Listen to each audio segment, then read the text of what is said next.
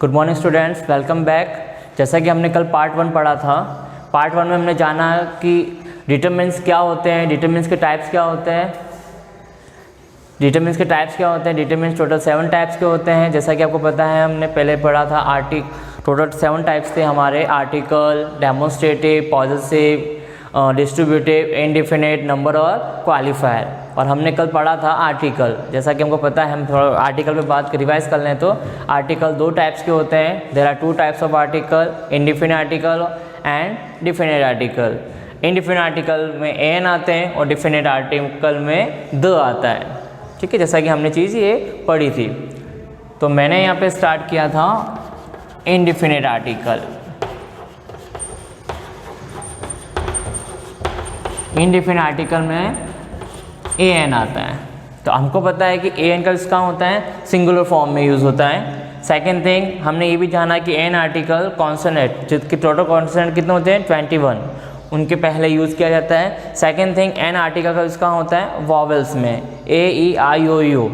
Same thing, ये भी चीज़ आप सब जानते हैं पहले से, अब 5th क्लास से पढ़ते आए हैं मतलब आर्टिकल्स क्या होते हैं। लेकिन 11th क्लास में आर्टिकल्स कुछ अलग टाइप से पूछे जाते हैं। जैसे सबसे पहले हम जानेंगे साउंड बेसिस। यहाँ 11th क्लास में जो आर्टिकल्स के जो सेंटेंसेस आते हैं वो साउंड बेसिस आते हैं। साउंड, अब पूछोगे सर साउंड क्या है? मतलब साउंड जैसे हम जानते हैं साउंड का मतलब होता है आवाज़, ध्वनि। अब यहाँ पे हम जैसे हमको पता है वॉवेल है, ए ई आई ओ यू, ये है वॉवेल है, तो ऑब्वियसली हम उसके आगे क्या लगाएंगे? A an. Same for example, an ant, an elephant,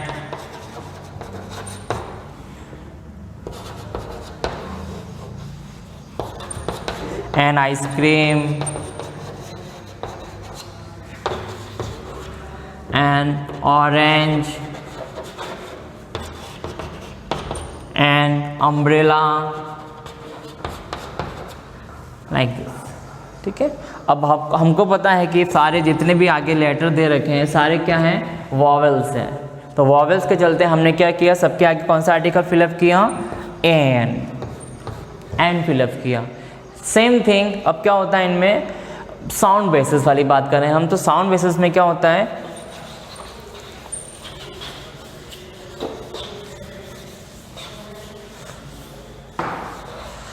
sound basis में क्या होता है? साउंड तो जैसे हम बोले एग्जांपल दें, जैसे यहाँ पे लिखा है ऑनेस्ट,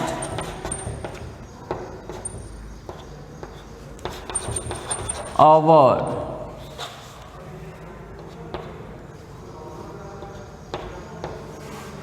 जैसे अब ये दोनों में एच क्या है? साइलेंट है। इसको हम कैसे पढ़ते हैं? ऑनेस्ट पढ़ते हैं। क्या पढ़ते हैं इसको?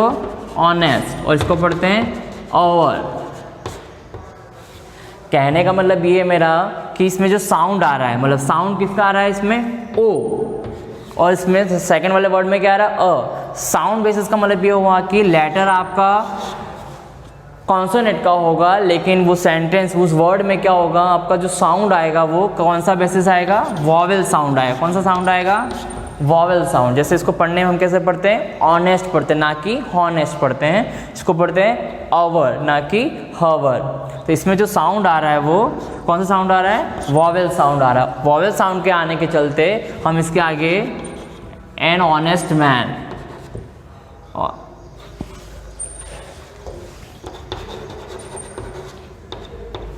और इसमें एन ओवर। कहने का मीन्स ये था मेरा कि साउंड जो है वो लेटर हमारे कॉन्सोनेंट के होंगे, लेकिन जो साउंड निकलता है, जो ध्वनि निकलती है वो किसकी निकल रही है? वॉवेल की चलते, वॉवेल की निकल रही है। सो हमारे हमें कौन सा वो आर्टिकल यूज़ करना पड़ेगा? ए एन आर्टिकल यूज़ करना पड़ेगा। अंडरस्टूड? सेम वही चीज़ हमारे ए आर्टिकल में यूज़ होती है। जैसे देखो आप कैसे,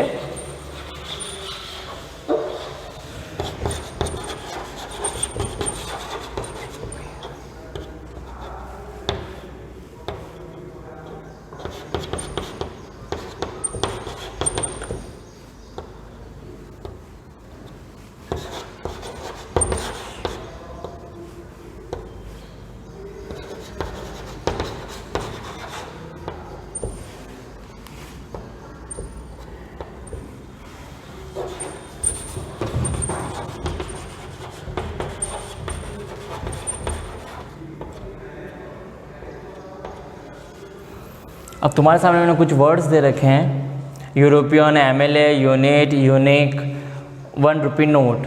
अब सब में देखो, हम लास्ट में हम बात करें तो सबका फर्स्ट लेटर जो है वो सारा क्या है, वॉवेल है। सब क्या है, वॉवेल। देख सकते हैं आप, यूरोपियन में ई वॉवेल है, MLA में M,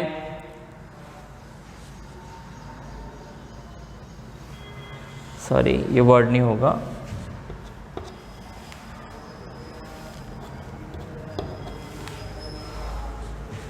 unit, European, unit, unique और 1 रुपी की हम बात कर रहे हैं। तो सब में सबसे पहले देखेंगे तो हर वर्ड का फर्स्ट लेटर क्या है, वॉवेल है। यूरोपियन में ई वॉवेल है, यूनिट में यू वॉवेल है, यूनिक में यू और 1 रुपीस में ओ वॉवेल है। लेकिन हम बात कर रहे हैं तो साउंड की बात करते हैं। हम किसकी बात कर रहे हैं, साउंड की बात करते हैं। साउंड की हम बात करते हैं, साउंड में हमें पता लग रहा है कि जो साउंड निकल रहा है, जैसे इसको पढ़ते कैसे हम, यूरोपियन, इसको पढ़ते हैं यूनिट, इसको यूनिक, इसको पढ़ते हैं 1 रुपी नोट, 1। तो कहने का मेरा ये मतलब था कि आप जो साउंड निकल रहा है, आपको लेटर का फर्स्ट लेटर नहीं देखना, आपको वर्ड का, आपको उसका साउंड पहचानना है।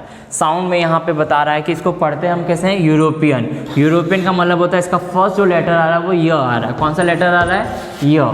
जैसा कि आपको पता है व्यंजन में ये य किस में आता है, कॉन्सोनेंट में आता है, ना कि वॉवेल में आता है। तो इसका जो साउंड निकल रहा है उसको पढ़ते कैसे, यूरोपियन। तो यहाँ पे क्या आएगा, a European. Same thing, a unit, इसको पढ़ते यू, तो यह आ रहा है, तो यह किस में आता है, कॉन्सोनेंट में आएगा। तो उसको कैसे पढ़ेंगे, a unit, a unique thing, a unique thing. तो यहाँ पे भी देखे जा रहा है कि यह साउंड आ रहा है, तो इससे चलते क्या आएगा, यहाँ पे अ आएगा। और इसको हम पढ़ते हैं 1 रुपीज़ नोट। 1 रुपीज़ में मतलब जो वॉ जो साउंड आ रहा है वो किस में आता है, व्यंजन में आता है। सो इसका आगे आर्टिकल इसका यूज होगा अ, और 1 रुपीज़ नोट। ओके, आगे की क्लास हम कल देखेंगे। Thank you.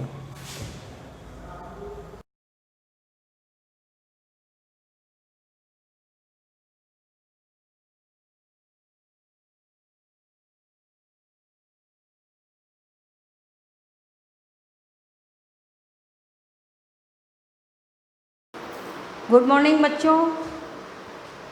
ऑक्सीकरण अंक अवधारणा हमने पिछले लेक्चर में डिस्कस किया था। आज हम डिस्कस करेंगे कि जो 2-3 टॉपिक आपके पॉइंट्स इस ऑक्सीकरण अंक अवधारणा में बच गए थे उनको हम डिस्कस करेंगे, और ऑक्सीकरण अंक हम किसी भी तत्व का कैसे निकालते हैं वो डिस्कस करेंगे। जो ऑक्सीकरण अंक अगर कोई संकर यौगिक है, यानी कॉम्प्लेक्स कंपाउंड है, जिसका मैंने अभी आपको डिस्कस किया था, अगर कोई कॉम्प्लेक्स यानी ऐसे ब्रैकेट में कोई कंपाउंड है तो उसका जो चार्ज यहाँ पे होता है उसको हम ऑक्सीडेशन अंक मानते हैं। लेकिन अगर कोई संकर यौगिक है तो उनमें किसी तत्व का ऑक्सीकरण अंक निकालने के बजाय या याद करने के बजाय हम मूलक, है ना, मूलक मतलब होता है जिस पर कोई माइनस या प्लस चार्ज होता है, उनका ऑक्सीकरण अंक अगर हम याद कर लें तो हम इजीली किसी भी कंपाउंड का, यानी संकर यौगिक यानी कॉम्प्लेक्स कंपाउंड होते हैं, उनका हम ऑक्सीकरण अंक निकाल सकते हैं। तो अगर आपको किसी भी संकर यौगिक या कॉम्प्लेक्स यौगिक में आपको किसी तत्व का ऑक्सीकरण अंक निकालना है तो आपको मूलक पे चार्ज याद रखना पड़ेगा। तो आपको बता देती हूँ, जैसे OH, अगर कहीं O और H साथ में है तो आपको क्या गिनना, minus, OH minus, CN minus, NC हो तो भी माइनस, CNO हो तो भी आपको -1 गिनना है, NCO हो तो भी आपको कितना गिनना है, माइनस। अगर S हो तो आप कितना गिनते हैं, -2 गिनते हैं। लेकिन अगर SO4 हो सल्फेट के फॉर्म में तो आपको कितना गिनना है, -2। अगर सल्फाइड के फॉर्म में है तो भी आपको कितना गिनना है, -2। और अगर सल्फाइड, अब देखिए आप डिफरेंस, तीनों के बीच में डिफरेंस देखिए, ये सल्फाइड, ये सल्फाइट और ये सल्फेट, लेकिन चार्ज कितना गिनेंगे हम, -2। इसके अलावा अगर कार्बन के साथ ऑक्सीजन है कार्बोनेट के फॉर्म में, तो हम उसका चार्ज कितना गिनेंगे, -2। ठीक है ना। फिर है फॉस्फेट। अगर कोई फॉस्फोरस ऑक्सीजन के साथ अगर मिलकर कंपाउंड जो मूलक बनाता है वो फॉस्फेट है, तो ये -3। इनको हम मूलक बोलते हैं, रेडिकल्स। ये जो होते हैं एसिडिक रेडिकल्स होते हैं, जिन पे माइनस चार्ज होता है वो अम्लीय मूलक यानी एसिड रेडिकल्स, और जिनमें प्लस चार्ज होता है वो बेसिक या धनीय मूलक। इसके अलावा अगर जैसे NH4 अमोनियम है तो प्लस गिनेंगे हम, H3O है हाइड्रोनियम तो प्लस गिनेंगे, नाइट्रोसिनियम हो तो भी हम क्या गिनते हैं, प्लस। ये सब संकर यौगिक यानी कॉम्प्लेक्स कंपाउंड के ऑक्सीकरण अंक निकालने के लिए हमारे लिए यूजफुल है। इसके अलावा जो उदासीन होते हैं, न्यूट्रलाइज्ड होते हैं, जैसे NH3, H2O, CO, अगर ये कोई है किसी कॉम्प्लेक्स कंपाउंड के साथ, उनका ऑक्सीकरण अंक हम क्या गिनते हैं, 0। तो ये अभी हमने पिछले लेक्चर और अभी तक हमने ऑक्सीकरण जो अंक निकालना है वो हम कैसे निकालेंगे उनके रूल्स पढ़े। आपको अगर ये रूल्स जो होंगे वो लर्न होंगे तो ही आप किसी भी अंक या तत्व का ऑक्सीकरण अंक निकाल सकते हैं। तो चलिए हम आज ऑक्सीकरण अंक निकालना सीखते हैं। ये इम्पोर्टेंट है और आपके एग्ज़ाम में भी आते हैं, और अगर आप कंपटीशन एग्ज़ाम देते हैं तब भी आपके ये ऑक्सीकरण अंक निकालना आते हैं। तो सबसे पहले हम किसी भी तत्व का ऑक्सीकरण अंक कैसे निकालते हैं, सबसे पहले डिस्कस करते हैं। जैसे फॉर एग्ज़ाम्पल आपको आ गया NaCl।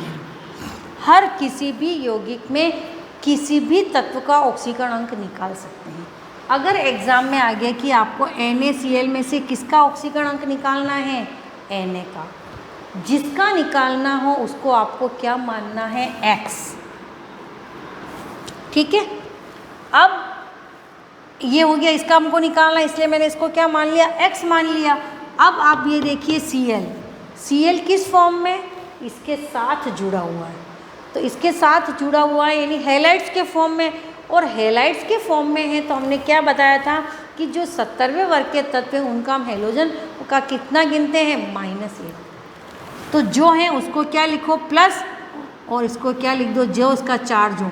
अब मैंने बताया था आपको कि कुल ऑक्सीकरण अंक को हम क्या मानते हैं, 0। ये भी मैंने आपको रूल बताया था, जिसका निकालना हो उसको X, और जो पास वाले हैं उनका क्या किलो, जितना उसका हमने चार्ज है, ऑक्सीकरण अंक है, वो उसको आपको यहाँ पे लिखना है।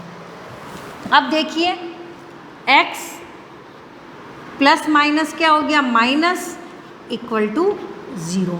X इक्वल टू उधर जाएगा तो ये किस में हो जाएगा, +1। यानी कि NaCl में Na का ऑक्सीकरण अंक कितना है, +1। और वैसे भी हम जानते हैं Na किस में, क्षार धातुओं में, और क्षार धातुओं का ऑक्सीकरण अंक कितना होता है, +1। अब हम अगर इसका नहीं पूछें, इसका पूछ लें तो भी हम निकाल सकते हैं। फॉर एग्जाम्पल आपको इसका पूछा, इसका निकालना है, तो Na किस में आता है, क्षार धातुओं में, यानी एल्कली मेटल है, और एल्कली मेटल का हमको कितना बताया था मैंने, ऑक्सीकरण अंक +1। जनरली हम इसका कितना गिनेंगे, +1। तो इसका क्या हो गया, इसका हमको निकालना है, जिसका निकालना उसको हमको X मानना है, इसका कितना हो गया, +1, और फिर दोनों को ऐड करना, जोड़ना है, +X, और टोटल ऑक्सीडेशन अंक हमको यानी ऑक्सीडेशन नंबर हमको क्या मानना है, काउंट क्या करना है, 0। अब कितना हो गया, X + 1 उधर जाएगा तो कितना हो जाएगा, -1। अब देखिए इस NaCl में मैंने Na का भी ऑक्सीकरण अंक निकाल दिया और Cl का भी ऑक्सीकरण अंक निकाल दिया, यानी हम किसी भी कंपाउंड में किसी भी तत्व का ऑक्सीकरण अंक निकाल सकते हैं। Na का +1 और Cl का -1। अब मैं थोड़ा सा और एग्जाम्पल लेती हूँ। फॉर एग्जाम्पल मैंने ले लिया H2। अब मुझे H2O में किसका निकालना है? O का निकालना है। जिसका निकालना है उसको हमको X मानना, वो मैं अंडरलाइन इसलिए कर रही हूँ कि आपको थोड़ा सा आइडिया रहे।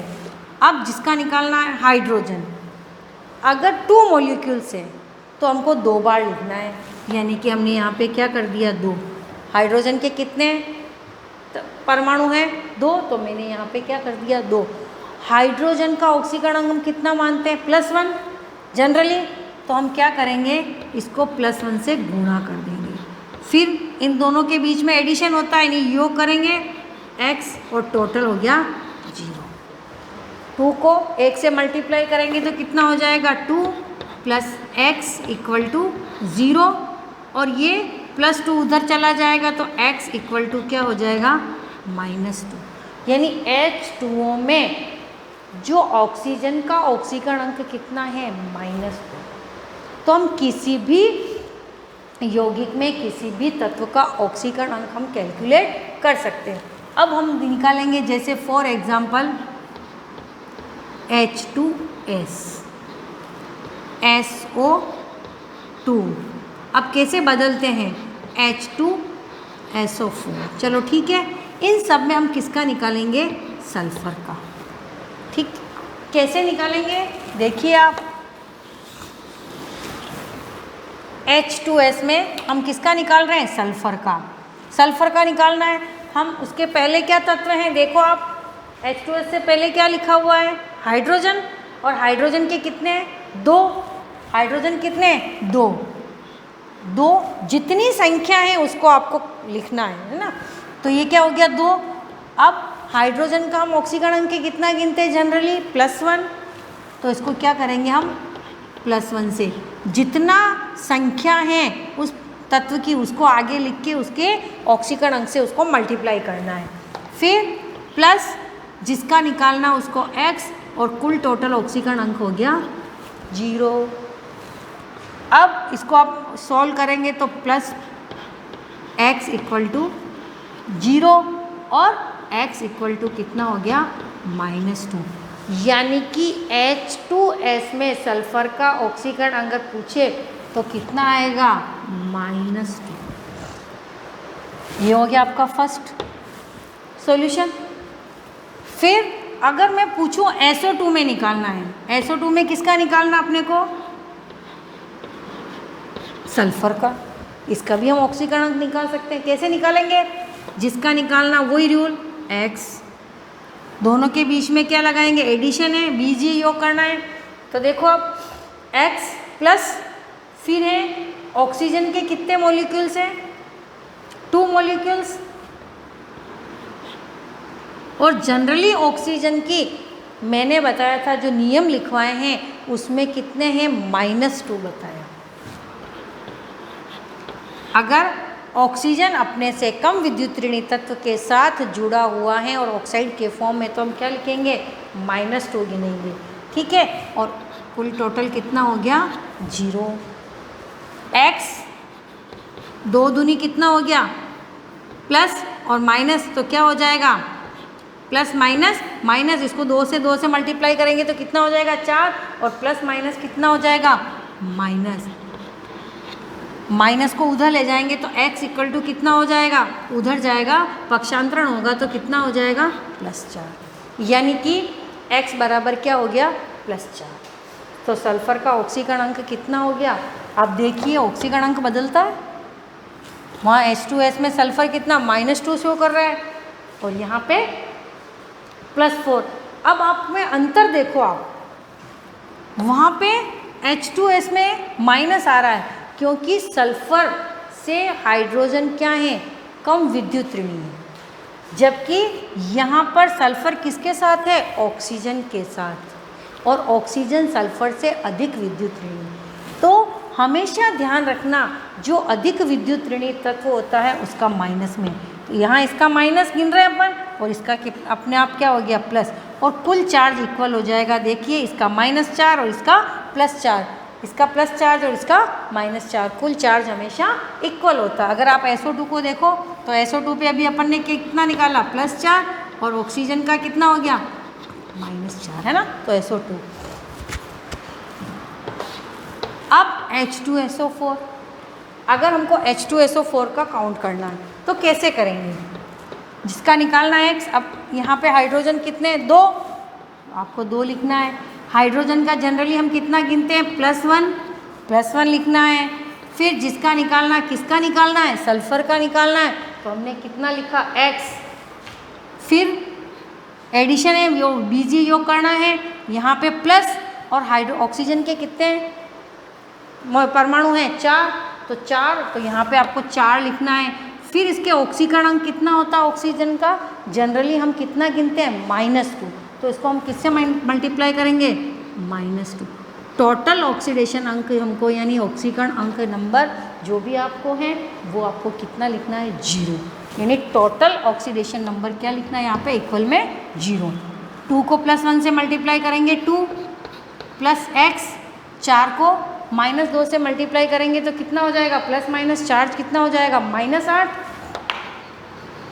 = 0। अब देखिए ये तो प्लस के 2 और ये माइनस के 8, तो कितने बचे, माइनस के 6, तो कितना हो गया, x - 6 = 0 और x = +6। अब आपको डिफरेंस पता चल गया होगा कि देखो H2S में कितना आया, -2, SO2 में कितना आया, +4, और H2SO4 में कितना आया, +6, यानी कि सल्फर 16वें वर्ग का तत्व है। और मैंने क्या बताया था कि N से N-8 तक अपनी ऑक्सीकरण अवस्था कर सकते हैं। तो ये देखिए यहाँ पे N कितना है,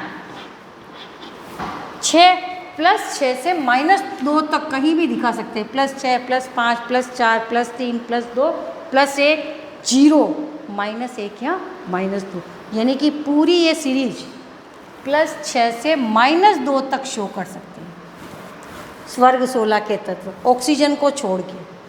अब +6 से -2, तो आप देखिए यहाँ पे -2 आ रहा है, यहाँ SO2 में सल्फर का कितना आ रहा है, +4 आ रहा है, और H2SO4 में सल्फर का कितना आ रहा है, +6। तो ऐसे हम हर किसी भी तत्व का ऑक्सीकरण अंक निकाल सकते हैं। अभी मैं आपको बहुत सारे एग्जांपल्स बताऊंगी। अब देखिए आप, और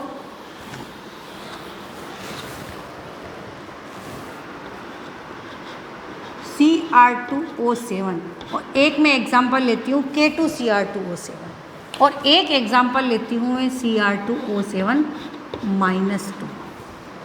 अगर किसी पे चार्ज है, नहीं है तो उसको 0 के बराबर मानना है। और मैंने आपको नियम बताया था कि अगर किसी भी कंपाउंड पे चार्ज है तो उस चार्ज को ऑक्सीकरण अंक के बराबर मानना है, यानी कि उस कंपाउंड के पूरे के। अगर मुझे K2Cr2 में Cr2 का भी निकाल सकते हैं, ऑक्सीजन का भी निकाल सकते हैं, और K2 का भी निकाल सकते हैं। जैसे फॉर एग्जांपल मुझे Cr2 का निकालना है, तो सबसे पहले पोटेशियम आप देखो, फिर आप दिमाग में देखो, दिमाग को आप याद करो कि हम पोटेशियम किस वर्ग की धातु है, पोटेशियम किस वर्ग की धातु है, क्षार धातु है, और क्षार धातुओं का ऑक्सीकरण अंक हम कितना गिनते हैं, +1। बस +1 संख्या देख लो कितनी है, 2, और उसको +1 से क्या कर दो, मल्टीप्लाई। फिर बीजीय योग करना तो प्लस, फिर यहाँ पे, यहाँ देखो, यहाँ तक अभी अपन ने, मैंने इसीलिए एग्जाम्पल लिया कि अगर जिसका निकालना अकेला है तो x मानना, 2 है तो 2x, 3 है तो 3x हो जाएगा। इसीलिए एग्जाम्पल लिया कि अगर यहाँ पे Cr2 जिसका हमको निकालना है 2 है, 2 एटम है, तो हमको 2x लिखना पड़ेगा। अकेला होता तो x, और अगर 2 है तो 2x, 3 है तो 3x, यानी जितने यहाँ पे नंबर होंगे उसी के अकॉर्डिंग हमको यहाँ पे x लिखना है। फिर ऑक्सीजन कितने, 7, ऑक्सीजन का जो ऑक्सीकरण अंक कितना होता है, -2, और = में क्या लिखेंगे, 0। ठीक है, इसको हम सॉल्व करेंगे, +1 से मल्टीप्लाई करेंगे, +2 + 2x, 7 को -2 से मल्टीप्लाई करेंगे, -14, और प्लस माइनस क्या होता, माइनस, यानी क्या हो जाएगा -14 इक्वल टू 0। अब -14 और ये कितने प्लस के, तो कितने हो जाएंगे -12। 2x -12 equal to 0। 2x equal to -12 को उधर ले लो, पक्षांतरण कर दो तो कितना हो जाएगा +12। और x निकालना हमको, क्योंकि हमको 2x नहीं निकालना, एक तत्व का ऑक्सीकरण अंक निकालना है, तो हम x लेंगे +12/2 तो +6, यानी कि K2Cr2 में जो Cr2 है उसका ऑक्सीकरण अंक क्या है +6। एक है Cr2O7-2, ठीक है ना। तो अभी तो हम बहुत सारे एग्जांपल्स पढ़ेंगे, ये तो हम स्टार्टिंग है। Cr2O7-2, अगर इसी को मैंने चेंज कर दिया, यहाँ पे मैंने चार्ज लगा दिया, अगर कोई आयन के फॉर्म में कोई कंपाउंड है तो उसके आवेश को है ना इक्वल में लिखना पड़ेगा। फॉर एग्जाम्पल जैसे Cr2, अब इसमें इसका निकालना है तो बस वही फॉर्मूला लगेगा सेम जो यहाँ पे हमने लगाया। जिसका निकालना है 2 है तो 2x प्लस ऑक्सीजन के कितने एटम है 7, इसका फिर ऑक्सीकरण अंक लिख लो। अब यहाँ पे 0 नहीं लिखेंगे, अगर कोई चार्ज लगा हुआ है किसी कंपाउंड में, प्लस है तो प्लस, माइनस है तो माइनस, जितना भी चार्ज है उसको इक्वल में लिखना। नहीं था तो हमने देखो 0 लिखा, फुल ऑक्सीकरण अंक 0 माना। लेकिन अगर किसी भी कंपाउंड पे चार्ज लगा हुआ है तो उसको हम इक्वल में उस चार्ज को लिखना है, यानी 2x -14 प्लस को 7 को हम -2 से मल्टीप्लाई कर देंगे तो -14 equal to -2।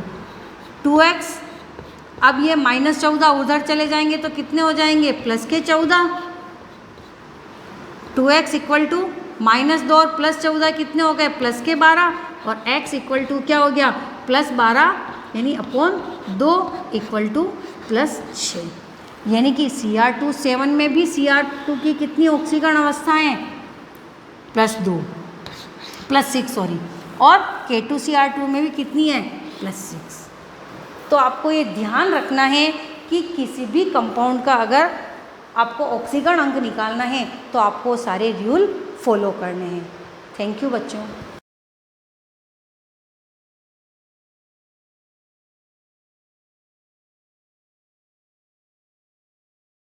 Good morning everyone.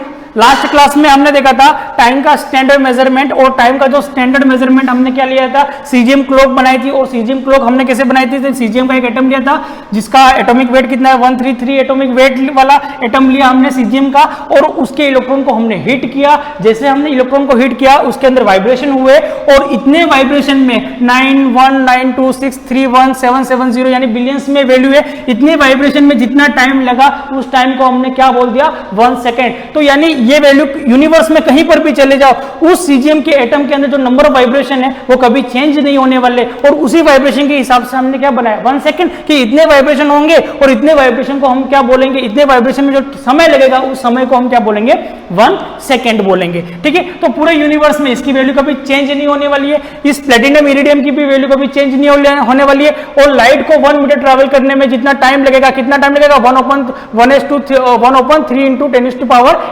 Second. ठीक है, तो इतना टाइम ये भी कभी चेंज नहीं होने वाला है। तो हमने देखा था ये दो चीजें जो हमारी है, ये जो आइंस्टीन की थ्योरी ऑफ रिलेटिविटी से क्या होती थी, चेंज होती थी, तो जिसको हमने स्टैंडर्ड मेजरमेंट बना दिया, क्योंकि हम जानते हैं कि स्पीड से लाइट को किसी भी तरह का इफेक्ट नहीं आता, क्योंकि लाइट स्पीड स्पीड है जो थ्योरी ऑफ रिलेटिविटी है वो लाइट की स्पीड को इफेक्ट नहीं कर सकती, क्योंकि वो खुद अपने आप में क्या है, लाइट स्पीड ऑफ लाइट क्या एक तरह की स्पीड है। ठीक है, तो प्लेटिनम इरिडियम देखा था हमने, और सीजियम क्लॉक देखा था। और सीजियम क्लॉक हमने किससे बनाई, तो सीजियम मटेरियल के लिए से बनाई। और एटम कौन सा लिया, तो जिसका एटॉमिक वेट कितना है 133, और जिसके अंदर इतने वाइब्रेशन होंगे, और इतने वाइब्रेशन में जितना टाइम लगेगा उसको हम मास से क्या बोलेंगे 1 सेकेंड। ये हमने हमारी डेफिनेशन बनाई। नेक्स्ट हमारा है टेम्परेचर। नेक्स्ट टेम्परेचर का जो हमने स्टैंडर्ड मेजरमेंट बनाया वो क्या बनाया, केल्विन। क्या बनाया, केल्विन, और जिसका सिंबल क्या रखा हमने के। ठीक है, अब इसका जो स्टैंडर्ड मेजरमेंट हमने केल्विन बनाया वो केल्विन हमने कैसे बनाया। ठीक है, तो हमने लिया ट्रिपल पॉइंट। क्या लिया, ट्रिपल पॉइंट। अब ये ट्रिपल पॉइंट क्या होता है इसको समझने की कोशिश करना। ट्रिपल पॉइंट वो टेम्परेचर होता है, ट्रिपल पॉइंट वो टेम्परेचर होता है जिस पर कोई मटेरियल तीनों स्टेट में एग्जिस्ट करता है, तीनों स्टेट में एग्जिस्ट करता है। यानी 3 स्टेट कौन सी, तो एक तो हम जानते हैं सॉलिड, दूसरी कौन सी है लिक्विड, ठीक है, और तीसरी कौन सी है तो हम कह सकते हैं गैस या वेपर, ठीक है। तो वो टेम्परेचर, जिस टेम्परेचर पर कोई भी मटेरियल जैसे वाटर है, जैसे वाटर है, वो टेम्परेचर जिस पर वाटर कौन कितनी स्टेट में है, 3 स्टेट में एग्जिस्ट करता है, जैसे सॉलिड है, लिक्विड है और गैस। तो बर्फ कैसे वाटर कैसे एग्जिस्ट करेगा, तो जीरो, हम जानते हैं कि ये जो ट्रिपल पॉइंट है और उस ट्रिपल पॉइंट पर जो टेम्परेचर होता है वो कितना होता है 0 डिग्री सेल्सियस, कितना होता है 0 डिग्री सेल्सियस। तो 0 डिग्री सेल्सियस को हम बोलते हैं ट्रिपल पॉइंट, क्या बोलते हैं ट्रिपल पॉइंट, क्योंकि 0 डिग्री सेल्सियस टेम्परेचर वो टेम्परेचर है जिस पर वाटर कौन सी 3 स्टेट में एग्जिस्ट करता है, यानी सॉलिड भी होता है, लिक्विड भी होता है और गैस, यानी जो वाटर होता है वो बर्फ की फॉर्म में भी होगा, लिक्विड यानी वाटर की फॉर्म में भी होगा और उसके ऊपर से क्या वेपर भी निकलेंगे यानी गैस भी निकलेगी, यानी वो तीनों स्टेट में यानी 3 स्टेट में क्या करता है एग्जिस्ट करता है। तो हमने तो डिग्री सेल्सियस को स्टैंडर्ड मेजरमेंट नहीं बना के हमने क्या बनाया, केल्विन को बनाया। तो केल्विन क्या है, तो हमने देखा कि 0 डिग्री केल्विन,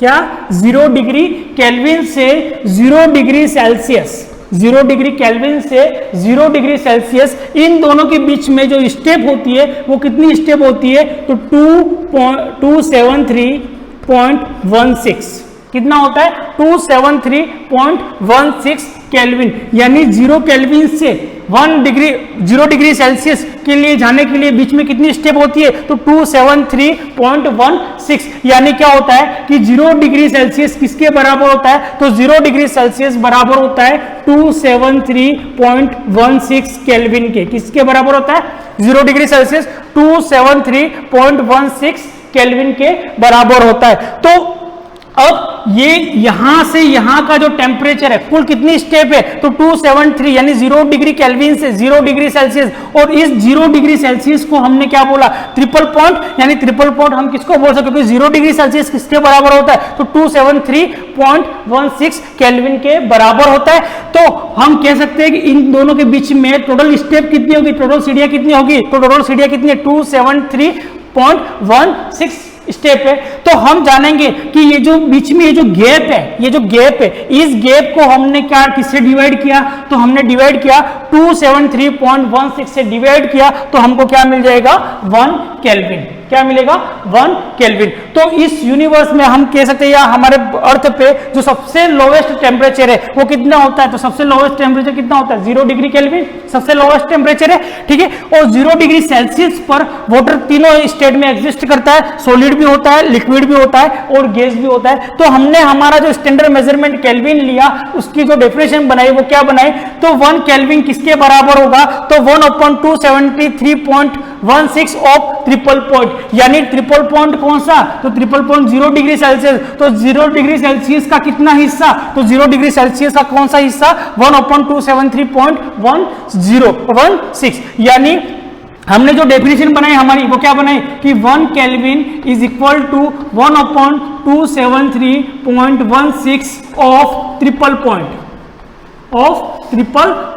और ट्रिपल पॉइंट का टेम्परेचर कितना है, तो ट्रिपल पॉइंट का टेम्परेचर कितना है 0 डिग्री सेल्सियस, यानी 0 डिग्री का कौन सा, यानी इन दोनों के बीच का कौन सा हिस्सा, तो 1/273.16 को हम क्या बोलेंगे 1 केल्विन, ठीक है। तो इसी तरह से हमने किसकी जो स्टैंडर्ड मेजरमेंट की जो डेफिनेशन बनाई वो क्या बनाई कि 1/273.16 ऑफ ट्रिपल पॉइंट, उसको आज से हम क्या बोलेंगे 1 केल्विन, ठीक है। तो ट्रिपल पॉइंट क्या होता है दिमाग में रखना है, ट्रिपल पॉइंट वो टेम्परेचर होता है, वो मिनिमम टेम्परेचर होता है या वो हम कह सकते हैं मैक्सिमम टेम्परेचर होता है कि जिस पर वाटर जो होता है वो तीनों स्टेट में क्या करता है एग्जिस्ट करता है, यानी सॉलिड भी होता है, लिक्विड भी होता है और गैस की फॉर्म में भी होता है, ठीक है। अब next electric current, electric current का जो हमने स्टैंडर्ड मेजरमेंट बनाया वो हमने क्या बनाया एम्पियर बनाया, क्या बनाया हमने एम्पियर बनाया, और जिसका सिंबल हमने क्या रखा ए, जिसका सिंबल हमने क्या रखा ए रखा, ठीक है। अब ये एम्पियर क्या होता है, तो हमको इसकी डेफिनेशन बनानी थी कि 1 एम्पियर इज हाउ मच, यानी 1 एम्पियर कितना होता है, क्योंकि हम जानना फिजिक्स में मेजर करते हैं और हम क्या करते हैं, हाउ मच की मेजर करते हैं कि हमको जो वैल्यू होनी चाहिए वो कैसी होनी चाहिए, एक्यूरेट वैल्यू होनी चाहिए कि 1 एम्पियर कितना होता है, वो हमें एक परफेक्ट डिजिट में उसकी वैल्यू होनी चाहिए। तो 1 एम्पियर की जो डेफिनेशन हमने बनाई वो हमने कैसे बनाई, तो हमने क्या किया, एक कंडक्टर लिया और एक ये दूसरा कंडक्टर है। कंडक्टर वो होता है जिसके अंदर चार्जेस का फ्लो एलो होता है, यानी इलेक्ट्रिक करंट जिसके अंदर फ्लो होता है वो क्या होता है, कंडक्टर होता है। ठीक है, तो 2 कंडक्टर लिए हमने, जिसमें इस वाले कंडक्टर को हमने फिक्स कर दिया, दोनों ओर से हमने क्या कर दिया, फिक्स कर दिया।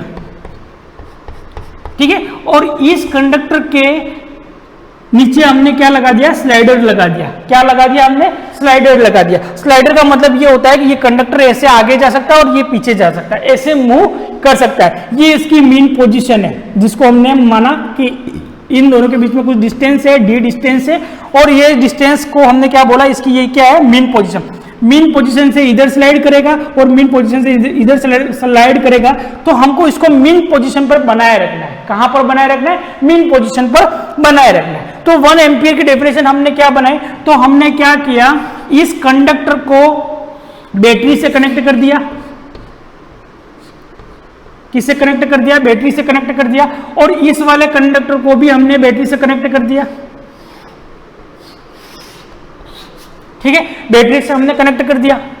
जैसे हम बैटरी से कनेक्ट करेंगे, इनके अंदर क्या होगा, करंट फ्लो होगा। क्या होगा, करंट फ्लो होगा। और आपने 10th के अंदर पढ़ा था होगा इलेक्ट्रोमैग्नेटिक इंडक्शन, फेराडे का इलेक्ट्रोमैग्नेटिक इंडक्शन पढ़ा होगा आपने, कि जैसे किसी वायर के अंदर करंट फ्लो होता है, यहां पर एक मैग्नेटिक नीडल रहती है और वो मैग्नेटिक नीडल क्या करती है, मूव करती है। जैसे करंट फ्लो होगा, मैग्नेटिक नीडल इधर पॉइंट करेगी, जैसे करंट बंद होगा, मैग्नेटिक नीडल क्या हो जाएगी, मूव हो जाएगी। ये फेराडे का लॉ आपने पढ़ा होगा। ठीक है, तो अब यहां शॉर्ट में मैं आपको समझा रहा हूं कि जैसे इनके अंदर करंट फ्लो होगा, जैसे इनके अंदर क्या होगा, करंट फ्लो होगा, क्या होगा कि ये करंट फ्लो हो रहा है, और करंट जैसे कंडक्टर के अंदर फ्लो होगा, इसके चारों ओर मैग्नेटिक इफेक्ट बनता है। क्या बनता है, मैग्नेटिक फील्ड बनती है, जिसको हम कह सकते हैं मैग्नेटिक फील्ड। अब मैग्नेटिक फील्ड बनेगी, और मैग्नेट हम जानते हैं कि नॉर्थ मैग्नेट साउथ को क्या करता है, अपनी तरफ अट्रैक्ट करता है। नॉर्थ मैग्नेट साउथ को अपनी तरफ क्या करता है, अट्रैक्ट करता है। तो हम देखेंगे कि एक साइड तो नॉर्थ पोल बनेगा और दूसरी साइड कौन सा पोल बनेगा, साउथ पोल बनेगा। तो दोनों कंडक्टर एक दूसरे को क्या करेंगे, अट्रैक्ट करेंगे, फोर्स लगाएंगे। यानी इस कंडक्टर को तो हमने क्या कर दिया, फिक्स कर दिया। तो ये वाला जो कंडक्टर है, इस वाले कंडक्टर पर क्या करेगा, फोर्स लगाएगा, और वो फोर्स कौन सा होगा, तो फोर्स ऑफ अट्रैक्शन होगा। ठीक है, क्योंकि हमने हमारा अरेंजमेंट ऐसा किया कि एक के ऊपर नॉर्थ पोल बने और दूसरे के ऊपर साउथ पोल बने, ताकि क्या हो जाए कि नॉर्थ साउथ को क्या करे, अट्रैक्ट करे। तो हमने क्या किया, एक अरेंजमेंट और कर दिया कि यहां पर एक पुली बांधी और पुली से एक रस्सी बांधी, और रस्सी से हमने एक वेट लटका दिया। और वो वेट कितना लटकाया हमने, तो 2 × 10⁻⁻7 न्यूटन से हमने एक वेट लगा दिया। यहां पर एक वेट लगा दिया, जो फोर्स कितना लगा रहा है डाउनवर्ड डायरेक्शन में, तो 2 × 10⁻⁻7 न्यूटन। ये इतना फोर्स ये इधर लगा रहा है।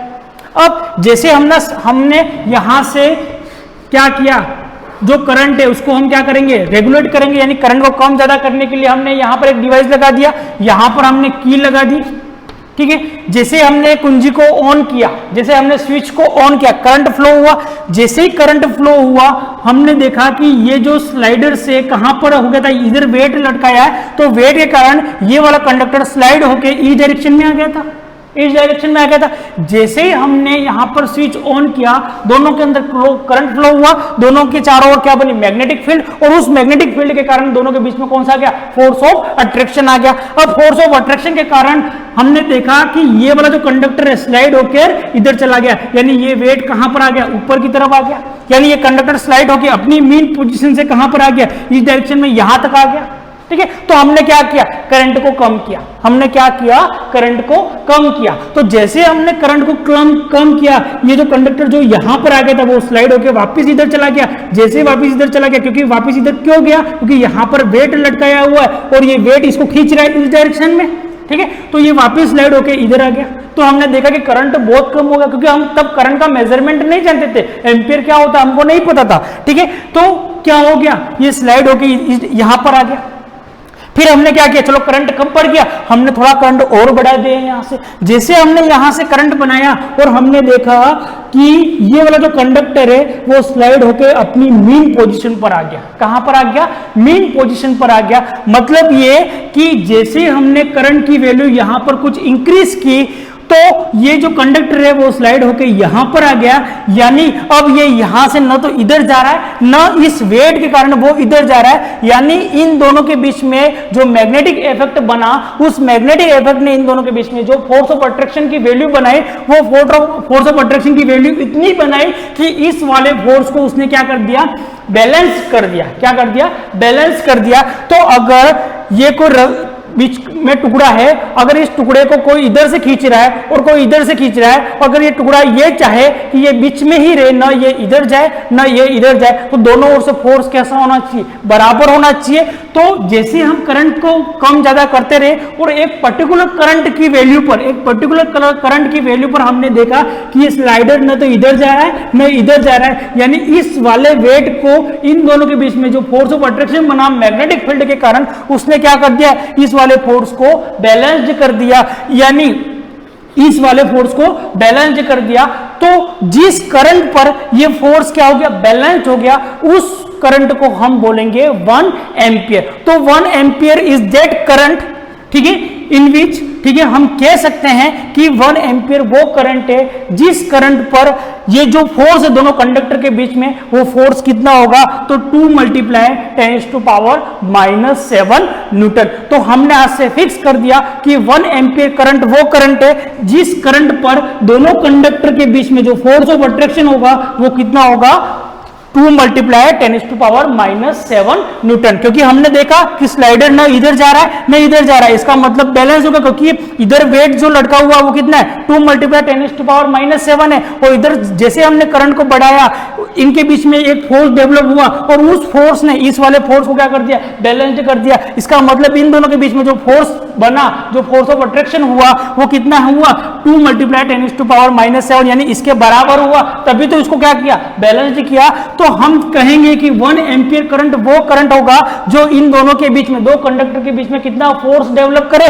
तो वो फोर्स डेवलप करे 2 × 10⁻⁷ न्यूटन। और इसी प्रकार हमने हमारे इलेक्ट्रिक करंट की जो यूनिट बनाई वो क्या बनाई? एम्पियर। और एम्पियर 1 एम्पियर किसके बराबर होता है? तो 1 एम्पियर इज इक्वल टू क्या होता है कि दोनों कंडक्टर के बीच में जो बैलेंसिंग फोर्स होगा वो कितना होना चाहिए? 2 × 10⁻⁷ न्यूटन। तो उस करंट को हम क्या बोलेंगे? 1 एम्पियर करंट, ठीक है। इसके बाद हमने बनाया अमाउंट ऑफ सब्सटेंस, और अमाउंट ऑफ सब्सटेंस के लिए का जो स्टैंडर्ड मेजरमेंट हमने बनाया वो क्या बनाया? मोल बनाया। क्या बनाया? मोल बनाया। अब मोल क्या होता है? तो मोल को आप केमिस्ट्री में पूरा डिटेल से पढ़ोगे, पर थोड़ा बहुत यहां पर समझ लेते हैं कि मोल क्या होता है। तो मोल क्या होता है कि अगर मैंने 1 मोल ऑक्सीजन ली, कौन सी ली? ऑक्सीजन ले ली 1 मोल, ठीक है, 1 मोल ऑक्सीजन ले ली मैंने, और 1 मोल मैंने हाइड्रोजन ले ली। तो 1 मोल ऐसी क्वांटिटी है, ठीक है, जिसमें नंबर ऑफ मॉलिक्यूल क्या होंगे? बराबर होंगे। यानी 1 मोल अगर मैंने ऑक्सीजन ली और उसके अंदर अगर 10,000 मॉलिक्यूल है, तो 1 मोल अगर मैं हाइड्रोजन लूंगा तो उसके भी अंदर कितने मॉलिक्यूल होंगे? 10,000 मॉलिक्यूल होंगे। तो 1 मोल वो क्वांटिटी है जिसके अंदर नंबर ऑफ मॉलिक्यूल क्या होते हैं? बराबर होते हैं। और 1 मोल के लिए हमने क्या लिया? तो 1 मोल के लिए हमने डेफिनेशन बनाने के लिए लिया 0.012 किलोग्राम। 12 किलोग्राम हमने क्या लिया? कार्बन 12 लिया, C12 लिया। कौन सा लिया? कार्बन C12 लिया, ठीक है। और इसके अंदर जितने मॉलिक्यूल होंगे हमने क्या किया? 1 मोल किसके बराबर होता है? तो 1 मोल किसके बराबर होता है? उसकी डेफिनेशन बनाने के लिए हमने क्या किया? 0.012 kg हमने क्या लिया? C12 लिया। और इसके अंदर जो मॉलिक्यूल, नंबर ऑफ मॉलिक्यूल होंगे उनको हम क्या बोलेंगे? 1 मोल। तो 1 मोल किसके बराबर होता है? तो 0.012 kg के, और kg कौन सा? C12, यानी कार्बन 12 की वैल्यू कितनी होनी, क्वांटिटी कितनी होनी चाहिए? 0.012 kg। कार्बन लेंगे और वो कार्बन किसके बराबर होगा 1 मोल, और उसके अंदर जो नंबर ऑफ मॉलिक्यूल होंगे वो नंबर ऑफ मॉलिक्यूल 1 मोल के अंदर कितने होते हैं, तो 6.022 मल्टीप्लाई 10⁻23 ये, और इस नंबर को हम बोलते हैं एवोगाड्रो नंबर, यानी 1 मोल के अंदर नंबर ऑफ मॉलिक्यूल कितने होते हैं, तो 6.022 मल्टीप्लाई 10⁻23। ठीक है, तो इससे हमने किसकी डेफिनेशन बना दी 1 मोल।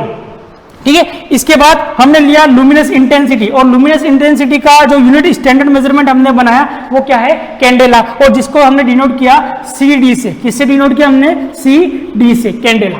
ठीक है, और कैंडेला का मतलब क्या होता है, कैंडल जो आप घर में जलाते हैं वही कैंडल, और उसी कैंडल से हमने क्या बनाया, इसका यूनिट बनाया। और उसका यूनिट हमने कैसे बनाया, तो उसका यूनिट बनाया कि हमने कैंडल को जलाया और कैंडल से एक पर्टिकुलर फ्रीक्वेंसी की लाइट निकली, और वो लाइट कितनी फ्रीक्वेंसी थी, तो 540 मल्टीप्लाई 10⁻⁻12 हर्ट्ज फ्रीक्वेंसी की एक लाइट निकली। ठीक है, और ये लाइट कितनी एनर्जी एमिट करेगा, तो ये लाइट है वो कितनी, ये पर्टिकुलर फ्रीक्वेंसी की लाइट जो एमिट हुई और ये जो लाइट निकली बाहर, उसने कितनी एनर्जी एमिट की, तो उसने एनर्जी एमिट की 1/683 वॉट पर स्टेरेडियन। ठीक है, तो पर्टिकुलर इतनी फ्रीक्वेंसी की हमने लाइट ली और उसने कितनी एनर्जी एमिट की 1/683 वॉट पर स्टेरेडियम, उसको हम क्या बोलेंगे, तो उसको हम बोलेंगे कैंडेला। ठीक है, इसके बाद हमारे जो दो सप्लीमेंट्री क्वांटिटीज है, जैसे कि प्लेन एंगल है और दूसरा कौन सी है, सॉलिड एंगल, उसके बारे में हम नेक्स्ट क्लास में कंटिन्यू करेंगे। धन्यवाद।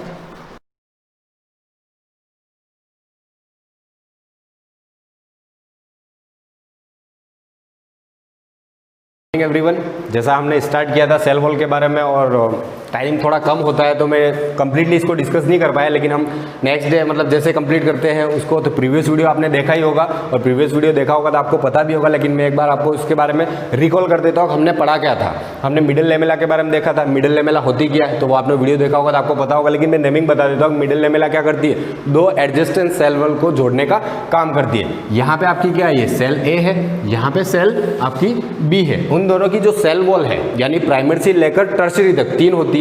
तीसरी के बारे में हम डिस्कस नहीं कर पाए थे, लेकिन आज तीसरी लेयर के बारे में भी डिस्कस करेंगे।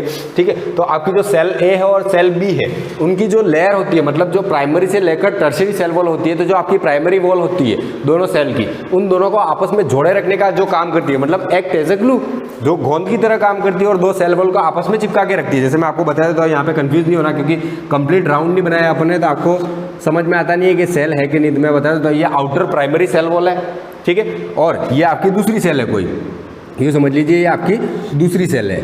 ये होगी सेल बी, तो ये होगी आपकी सेल ए और ये होगी आपकी सेल बी। अब इनके बीच में जो दो वॉल को कनेक्ट करेगा, वो वॉल को कनेक्ट करने का काम कौन करता है, आपका मिडल लेमेला। कौन करेगा, मिडल लेमेला। यही हमने डिस्कस किया था, तो आपको यहाँ पे समझ में आ जाएगा इजीली कि जो बीच में कनेक्शन का काम करती है, मतलब जो इन दोनों को क्या कर रही है, आपस में कनेक्ट कर रही है, और ये कंप्लीटली कनेक्ट करती है। मतलब सेल ए होगी, बी होगी, इसके बाद यहाँ पे भी होगी, क्योंकि सारी सेल्स कंबाइन होकर क्या करेगी सॉरी, सारी सेल कंबाइन होकर क्या करेगी, आपके टिश्यू बनाने का काम करती है। ठीक है, और अपन प्लांट सेल के बारे में ही पढ़ते हैं यहाँ पे, ना कि फंजाई के बारे में, नहीं प्रोकैरियोट्स के बारे में पढ़ते हैं। यहाँ पे जो हम डिस्कस कर रहे हैं सेकेंडरी टर्शरी वगैरह, ये सबका ओरिएंटेशन अलग होता है। फंजाई के अंदर भी अलग होगा, प्रोकैरियोट्स के अंदर भी अलग होता है। अपन यहाँ पे जो डिस्कस कर रहे हैं वो सिर्फ प्लांट सेल वॉल के बारे में ही बात करेंगे। ठीक है, तो यहाँ पे जो मतलब लेयर होती है, जो क्या करती है, आपकी प्राइमरी सेल वॉल, दोनों की जो प्राइमरी सेल वॉल है उनको कनेक्ट करने का काम करती है, उसको हम क्या कहते हैं, मिडल लेमेला। ये क्या हो जाएगी, आपकी मिडल लेमेला हो जाएगी। और ये मिडल लेमेला क्या करती है, दो एडजेसेंट सेल वॉल को जोड़ने का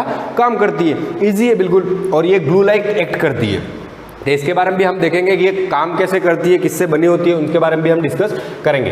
तो जो हमारा ये मिडिल लेमेला होगी, इसके बाद हमने प्राइमरी सेल वॉल की बात की थी, ये रही प्राइमरी सेल वॉल। इसके बाद में जो सेकंड लेयर आती है वो थी आपकी सेकेंडरी सेल वॉल। यहाँ पे कंफ्यूज नहीं होना, मैं फिर से आपको बता देता हूँ कि जो आपकी सेकेंडरी सेल वॉल होती है, secondary cell wall, secondary cell wall जो होती है आपकी, वो 3 लेयर से मिलके बनी होती है। मतलब तीनों लेयर सेकेंडरी का ही पार्ट है, लेकिन हमने इसको 3 अलग अलग नाम दे दिए। यानी S1 यानी ये होगी सेकेंडरी वॉल फर्स्ट, इसके बाद S2, इसके बाद S3, ये 3 पार्ट के बारे में मैंने आपको बताया था। और इनको तीनों का नाम अलग अलग क्यों दिया गया? भाई है तो सेकेंडरी सेल वॉल ही, तो फिर एक ही नाम दे देते। इसको S1, S2 और S3 डिनोट करने का काम किया था। फंक्शन कोई अलग नहीं है इनका, फंक्शन तो सेम एज है, लेकिन इनका जो ओरिएंटेशन होता है, यानी माइक्रोफाइब्रिल का जो ओरिएंटेशन होता है, माइक्रोफाइब्रिल्स के बारे में हमने देख लिया है। तो माइक्रोफाइब्रिल्स का जो ओरिएंटेशन होता है, मतलब ये जिससे जुड़े हुए रहते हैं और जिससे सेकेंडरी सेल वॉल जो बन रहा है, उनका ओरिएंटेशन जो होता है वो क्या होता है? अलग अलग होता है। किसी में ये पैरेलल होते हैं, मतलब ये पैरेलल बना हुआ रहेगा, यहाँ पे देख लिया आपने। इसके बाद जो S2 है उसमें वर्टिकल होगा या हॉरिजॉन्टल होगा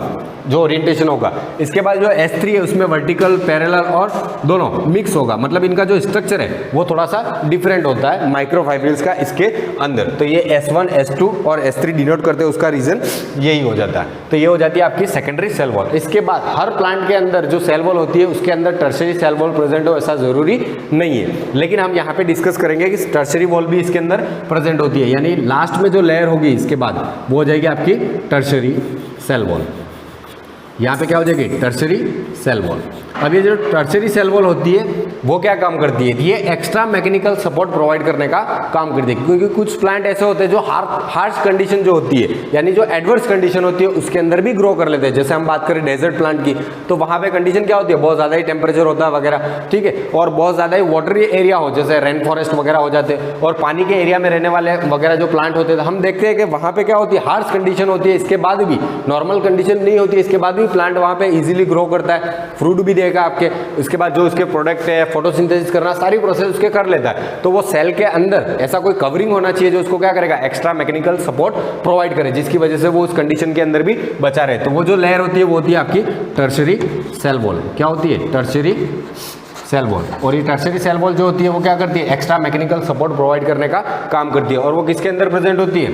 कुछ ही प्लांट्स के अंदर प्रेजेंट होती है। ऐसा कोई जरूरी नहीं है कि सबके अंदर टर्शरी सेल वॉल प्रेजेंट हो, लेकिन जब आप सेल वॉल के बारे में बताते हो या जब सेल वॉल के बारे में आप डिस्क्राइब करते हो तो आपको टर्शरी सेल वॉल के बारे में भी आपको बताना जरूरी है, क्योंकि सेल वॉल जो कंप्लीटली होती है वो आपके middle lamella, primary cell wall, secondary cell wall और टर्शरी तीनों से मिलके बनी होती है। और मिडल लेमेला का फंक्शन मैंने आपको बता दिया। अब अपन बात करेंगे इन सब के बारे में अलग से कि मिडल लेमेला बना किससे होता है। तो सबसे पहले मैं आपको बता देता हूँ मिडल लेमेला के बारे में। मिडल लेमेला,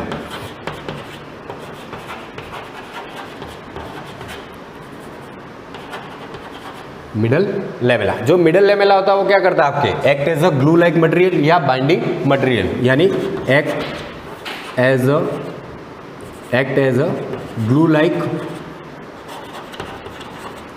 लाइक और binding material between two adjacent cell wall. मतलब जो दो सेल होगी उनके बीच में जो प्राइमरी सेल वॉल होगी उसके बीच में जो जोड़ने का काम करती है उसको अपन क्या कहते हैं? मिडल लेमेला लेमेला कहते हैं। यानी act as a glue like और binding material between two adjacent cell wall. मतलब जो दो सेल वॉल होगी उसके बीच में जोड़ने का काम करती है, मतलब आपस में चिपकाए रखती है उनको ताकि वो अलग ना हो जाए, और आपस में चिपकेगी इसके बाद ही वो टिश्यू का फॉर्मेशन कर सकती है। ठीक है, तो आपको ये ध्यान रखना मिडल लेमेला का मेन फंक्शन क्या होता है? दो सेल वॉल को आपस में जोड़े रखना। इसके बाद ये मिडल लेमेला बनी किसकी होती है? ये कैल्शियम,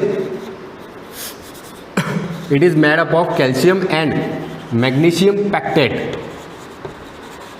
कैल्शियम पैक्टेट और मैग्नीशियम पैक्टेट की बनी होती है। किसकी बनी होती है? कैल्शियम पैक्टेट और मैग्नीशियम पैक्टेट की ये आपकी जो मिडल लेमेला होती है वो बनी होती है। यानी इसके अंदर मिनरल कंपोनेंट कौन से होते हैं या किस कंपोनेंट से बनी होती है तो आपको ध्यान रखना है, ये कैल्शियम पैक्टेट और मैग्नीशियम पैक्टेट की बनी होती है। इसके बाद ये बनती कैसे और किस टाइम बनती है? तो हमने पढ़ा था कि जब लास्ट टाइम मतलब प्रीवियस जो वीडियो आप देखोगे उसके अंदर मैंने आपको बताया भी था कि जो आपकी सेल वॉल होती है वो साइटोकाइनेसिस जो प्रोसेस होती है आपकी सेल डिवीजन की, मतलब जब आप सेल डिवीजन पढ़ोगे, अगर आपको पता ही नहीं है साइटोकाइनेसिस होता क्या है तो उसके बारे में भी हम डिस्कस कर लेंगे, लेकिन आपने 9th क्लास के अंदर सेल डिवीजन के बारे में पढ़ लिया होगा और साइटोकाइनेसिस प्रोसेस मैं जहां तक जानता हूं आपको पता होगी, लेकिन नहीं भी पता होगी सेल डिवीजन के टाइम आपको मैं वो क्लियर कर दूंगा। लेकिन आपको यहाँ पे ध्यान रखना है कि सेल वॉल जो होती है आपके वो साइटोकाइनेसिस जो प्रोसेस होती है आपकी सेल डिवीजन की उस टाइम बनती है। यानी कब बनती है? साइटोकाइनेसिस के टाइम। कब बनती है? साइटोकाइनेसिस के टाइम। तो आपकी मिडल लेमेला कैसे बनेगी मैं आपको बता देता हूँ। जैसे आपका सेल वॉल सेल डिवीजन होता है उसके अंदर एक फेज होता है, यानी लास्ट फेज जो होता है उसको हम कहते हैं टीलोफेज। तो ये कौन सा फेज है आपका? टीलोफेज।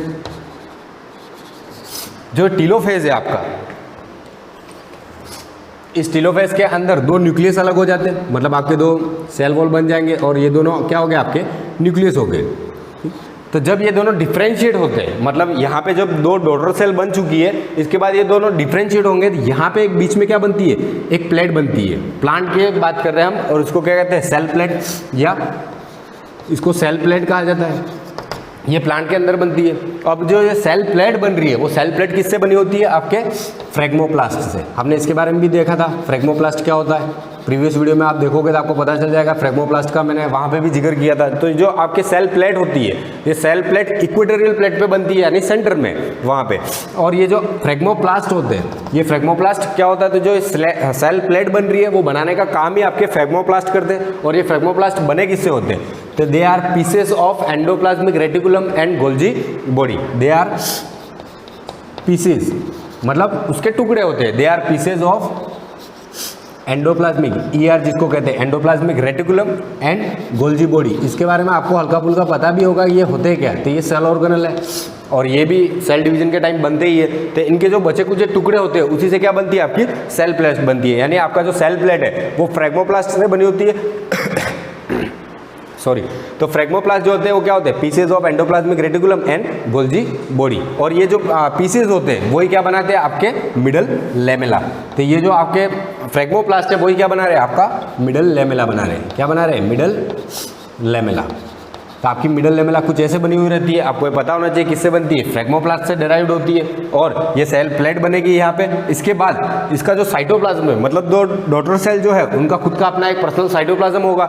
यहाँ पे भी साइटोप्लाज्म कंटेंट होगा और यहाँ पे भी साइटोप्लाज्म कंटेंट होगा। तो जो साइटोप्लाज्म कंटेंट होता है वही क्या करता है, आपके यहाँ पे प्राइमरी सेल वॉल बनाने का काम करेगा। मतलब ये जो मिडल लेमेला बन गई, इसके बाद जो सेल वॉल डिपोजिशन होता है वो कौन करेगा, साइटोप्लाज्म। मतलब आपकी जो डॉटर सेल का जो साइटोप्लाज्म है वही क्या बनाएगी, फिर प्राइमरी सेल वॉल बनाएगी। इसके बाद सेकेंडरी सेल वॉल बनेगी, इसके बाद टर्शियरी सेल वॉल बनेगी। और ये कंप्लीटली यहाँ पे डिवाइड हो जाएगी। और जो मिडल लेमेला वो आपस में इनको क्या करेगी, चिपकाए रखेगी। मतलब यहाँ से ये ओपन हो जाएगा और राउंड इसका सर्कल बन जाएगा। लेकिन मिडल लेमेला इन दोनों सेल वॉल को आपस में क्या करती है, जोड़े रखने का काम करती है। तो जो आपकी मिडल लेमेला होगी वो क्या काम करती है, act as a glue like और binding material between two adjacent cell wall and calcium and magnesium pectate की बनी होती है। यानी कैल्शियम पैक्टेट की और मैग्नीशियम पैक्टेट की ये क्या होती है, मिडल लेमेला बनी हुई रहती है। आपको ये भी पता होना चाहिए कि किससे बनी होती है, तो कैल्शियम और मैग्नीशियम पैक्टेट से बनी होती है। ये कब बनती है, तो ड्यूरिंग साइटोकाइनेसिस। कब बनती है, तो ड्यूरिंग साइटोकाइनेसिस। और किससे बनी होती है, तो ये क्या होता है, इसमें सबसे पहले बनने की प्रोसेस जो होती है उसमें क्या होता है, सेल प्लेट बनेगी। इसके बाद आपका फ्रेगमोप्लास्ट बनेगा। फ्रेगमोप्लास्ट क्या होता है, मतलब सेल प्लेट किससे बनी होती है, फ्रेगमोप्लास्ट से बनी होती है। और फ्रेगमोप्लास्ट होता क्या था, फ्रेगमोप्लास्ट क्या होता है, pieces of endoplasmic reticulum and Golgi body. तो यही आपकी क्या बनाएगी, मिडल लेमेला। इसके बाद जो इन दो डॉटर सेल का जो साइटोप्लाज्म है, मतलब लिक्विड कंटेंट जिसके अंदर सेल ऑर्गेनल होते हैं, इसके बाद न्यूट्रिएंट होते हैं, मिनरल होते हैं, वो सारे जो जितने भी कंटेंट है वो जो क्या कहलाएगा, आपका लिक्विड सब्सटेंस सेल का आपका क्या कहलाता है, वो कहलाता है साइटोप्लाज्म। इसके बारे में हम डिस्कस करेंगे जब सेल ऑर्गेनल की बात करेंगे। तो जो साइटोप्लाज्म होता है वही आपका क्या सीक्रेट करेगा, आपकी प्राइमरी सेल वॉल बनाने का काम करेगा। तो ये हो गया आपके मिडल लेमेला के बारे में। इसके बाद हम बात करेंगे सेकेंडरी सेल वॉल। इसके बाद आ जाती है आपकी सेकेंडरी सेल वॉल।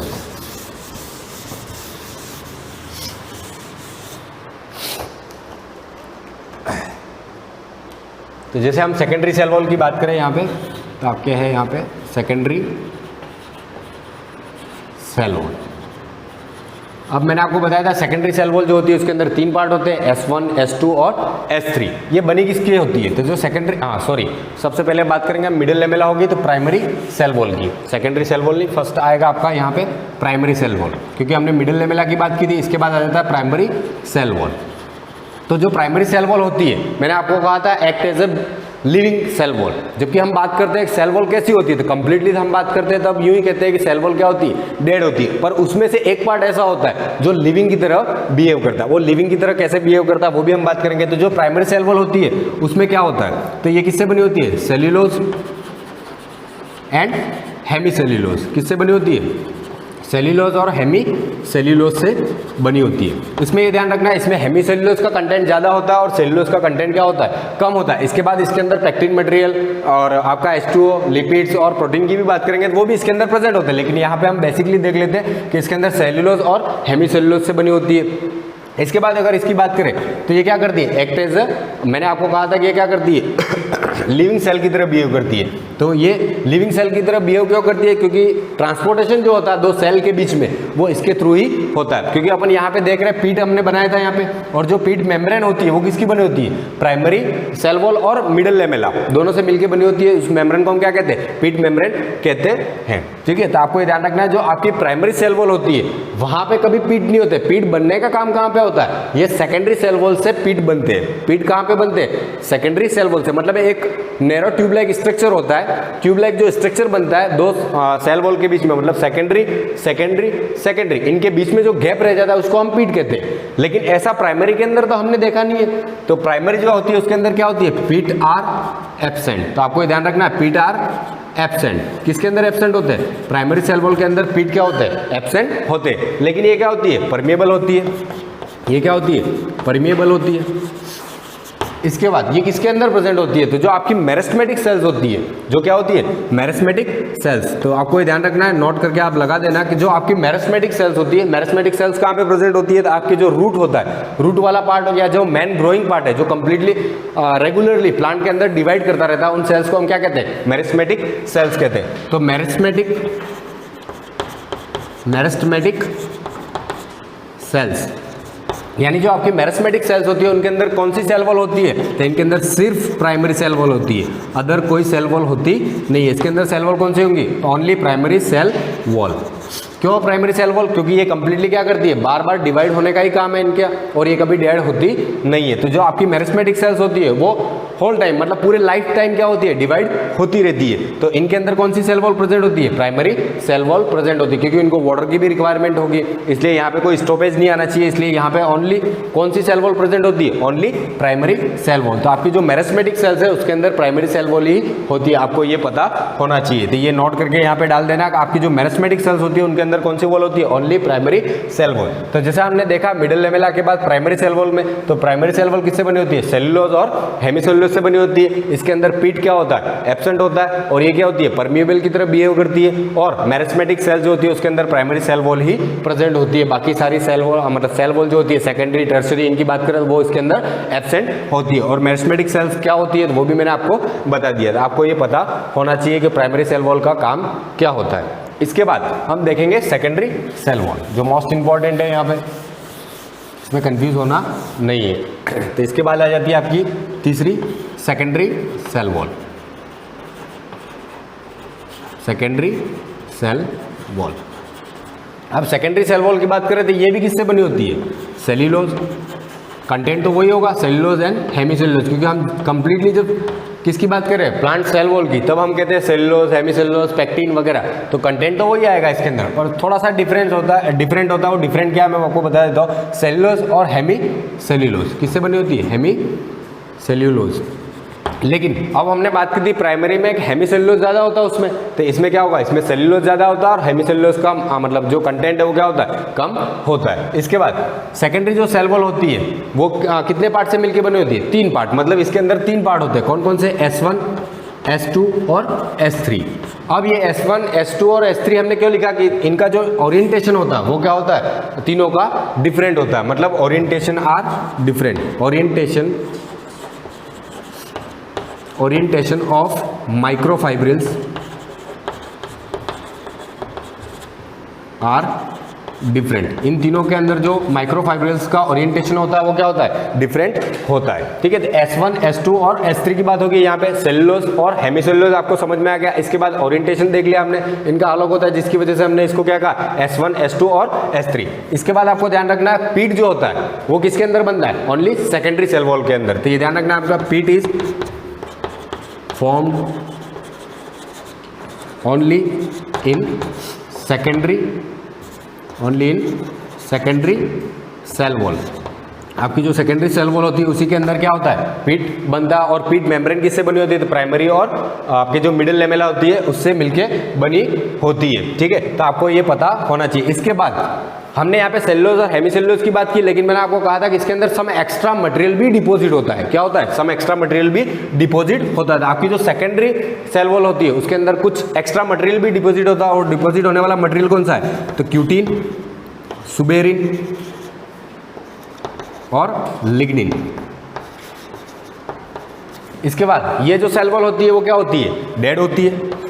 ये क्या होती है, डेड होती है। मतलब डेड होती है मतलब इसके अंदर किसी भी प्रकार का कोई ट्रांसपोर्टेशन होता नहीं है, लेकिन ये डेड होती है। इसके बाद भी इसका फंक्शन जो होता है वो पावरफुल होता है। उसके फंक्शन के बारे में भी हम देखेंगे ये काम क्या करती है। तो ये जो एक्स्ट्रा मटेरियल डिपॉजिट होते हैं इसके अंदर, क्यूटीन, सुबेरिन, लिग्निन, ये बहुत ही ज़्यादा मतलब काम यूँ कह सकते हो एक प्रकार से कि इनका फंक्शन बहुत ही ज़्यादा इंपॉर्टेंट होता है। इसके बाद जो नेक्स्ट बचता है आपका टर्शरी, और इसके बाद पीट के बारे में जो डिस्कस करना है, सिंपल और बॉर्डर के बारे में, वो हम नेक्स्ट क्लास में डिस्कस करेंगे। Thank you.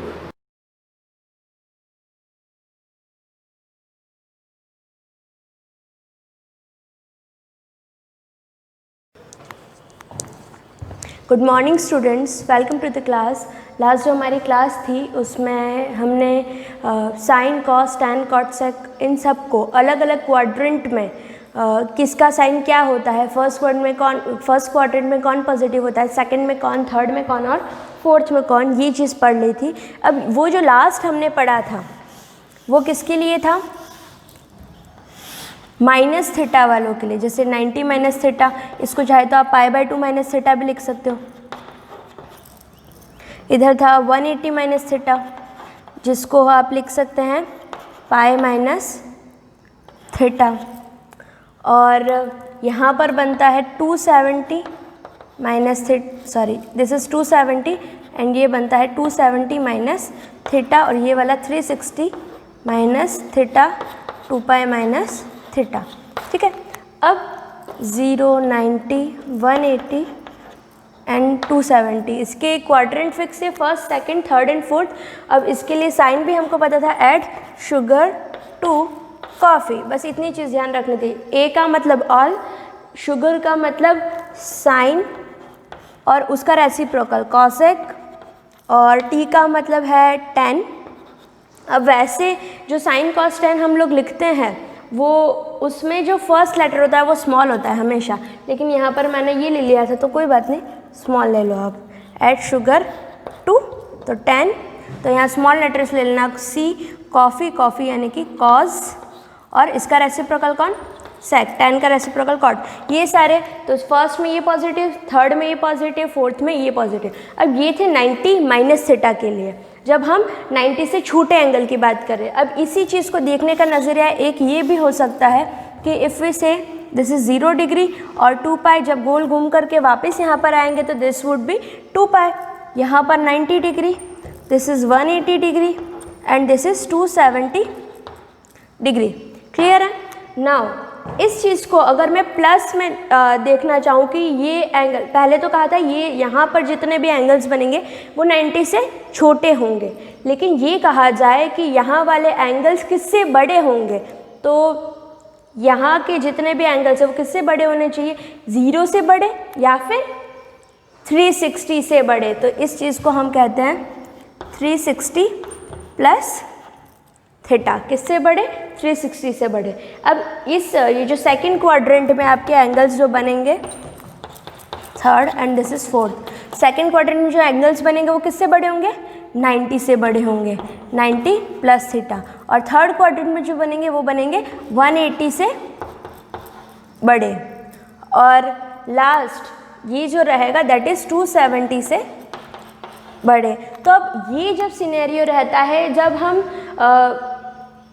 लार्जर या फिर हम कहें कि प्लस थीटा की बात करते हैं, माइनस थीटा के लिए ये सीक्वेंस रहेगा कि वो किससे छोटे हैं, माइनस थीटा के लिए। और प्लस थीटा वाली जब सिचुएशन रहेगी, जब हम इसको कहेंगे एंगल्स वही है, बस उसको लिखने का तरीका है। अगर हम इसको in form of 360 plus theta लिखते हैं, यहाँ के जो एंगल्स हैं, जैसे यहाँ से राउंड करके हम फिर से यहाँ आएंगे तो यहाँ 30 का एंगल बना हुआ है, तो इसको हम 360 प्लस ये जो भी 30 का एंगल बना है 30 भी लिख सकते हैं। वो चीज़ उसके बारे में बाद में बात करेंगे, बट आपको ये पता होना चाहिए कौन, जब ये सिचुएशन रहेगा प्लस थीटा वाले, तो उसमें क्या रहता है, तब कौन पॉजिटिव रहेगा और कौन नेगेटिव रहेगा।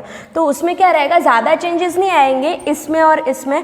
माइनस थीटा के लिए ऐड शुगर टू कॉफ़ी जो आपको पहले से लर्न है। अब प्लस थीटा के लिए क्या लेंगे हम,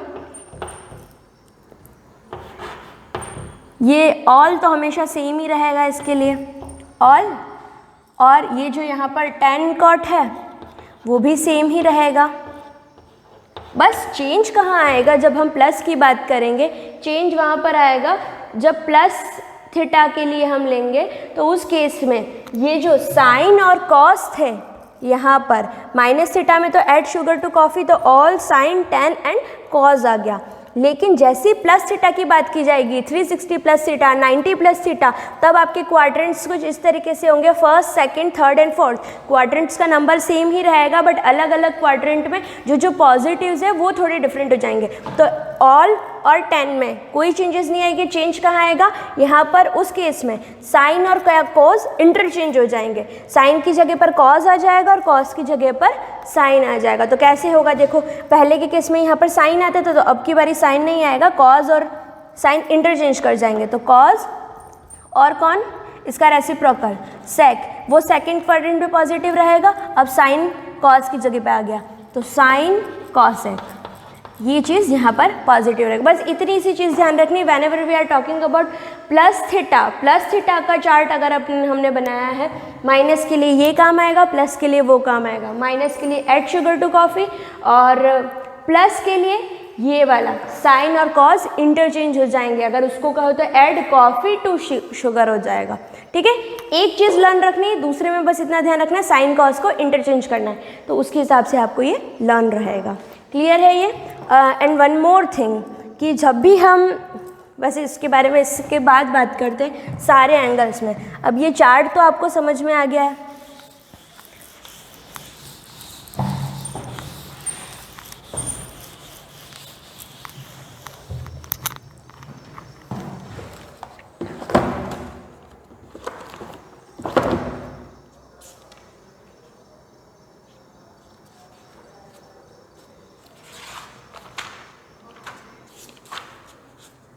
वैसे वो आपके नेक्स्ट चैप्टर में बट स्टिल आपको समझ में आना चाहिए ये। जैसे